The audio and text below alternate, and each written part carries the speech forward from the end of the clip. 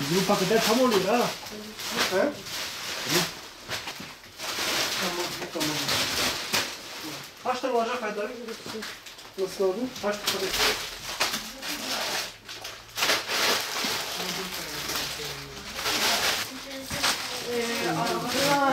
Onu koymuşuz oraya. Hocam ona son çocuğa bir tane böyle bataryadan verelim abi. Koyduk mu tamam mı abi?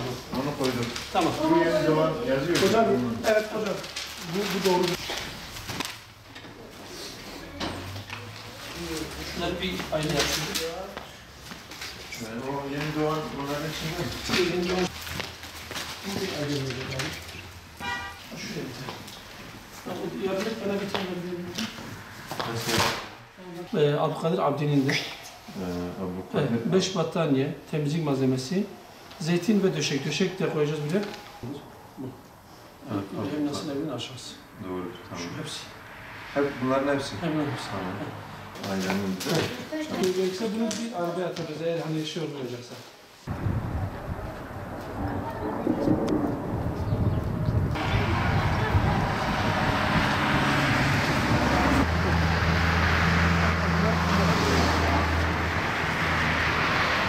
Yani ayırman işi yok. Ha bak burası hepsi onlar da oldu. Evet. O bir de Cemal Elmi satın da oldu. Yani bu bir de bir de eşya. Eşya da abi burada yazacağız, o böyle daha iyi olur. Ev eşyası bak o da burada. Hadi yürü.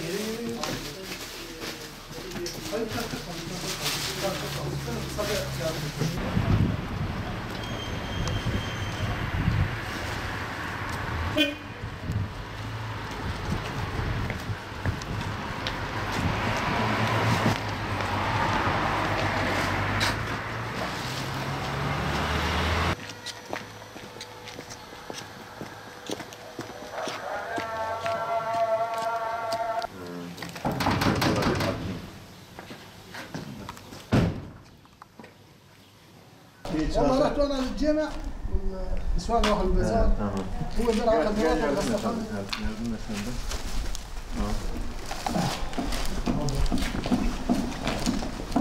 Gel.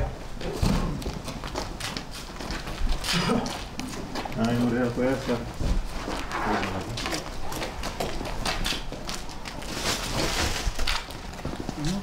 Tarif Türkiye. لا 4 tane battaniye, 2 tane yastık, 2 tane yastık. bir tane de gıda var.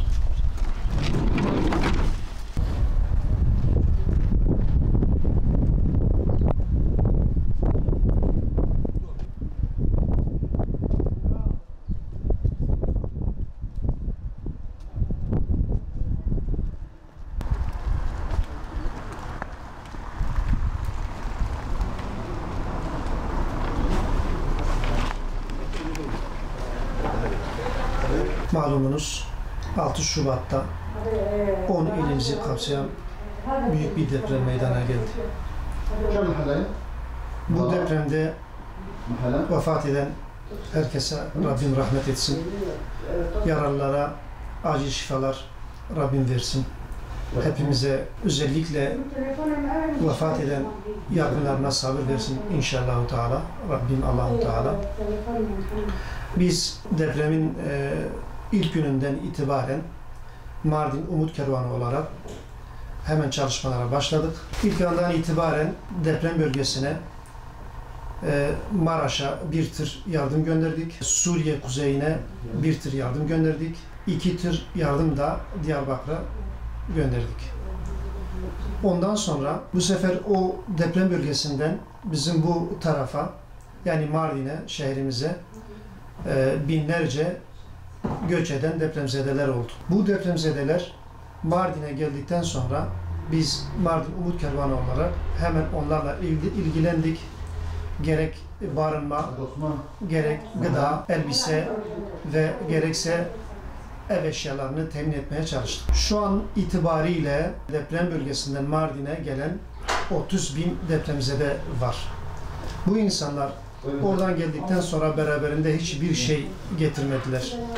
Her şeye ihtiyaçları vardır. Biz Bu insanların ihtiyaçlarını gidermeye çalışıyoruz.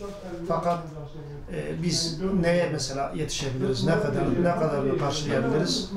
Malumunuz biz bir yardım kuruluşuyuz.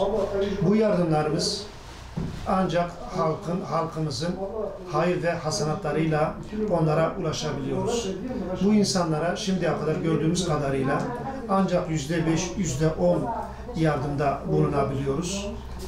Çünkü elimizde ancak o gelebiliyor, o imkanlarımız vardır.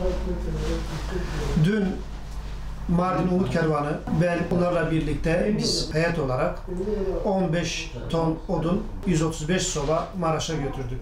Oradaki depremzedelere ulaştırdık. Allah'a hamdolsun. Deprem bölgesi malumunuz ilk günden itibaren soğuk, kar yağışı, yağmur. Hal böyle olunca insanlar açıkta, perişan bir halde. Orada da manzarada da gördüğümüz kadarıyla derme çatma çadırlarda kalıyorlar. AFAD'ın da çadırları vardı. Fakat insanlar evlerin önünde, boş arsalarda, boş arazide deprem çadırlarında kalıyorlardı. Bu insanlar ihtiyaçları en çok gördüğümüz kadarıyla ya odun bir de soba ihtiyaçları vardı. Biz bunu gördük. İnşallah önümüzdeki 2-3 gün içerisinde bir tır daha odun ve soba deprem bölgesine Adıyaman olur, Kahramanmaraş olur ya da Malatya olur. Bu bölgelere ulaştırmaya çalışacağız inşallah. Biz burada Mardin'de malumunuz biraz önce söylediğim gibi 30.000 kişi takriben Mardin'e yerleşmiş. Bu insanların ihtiyaçlarını gidermemiz lazım.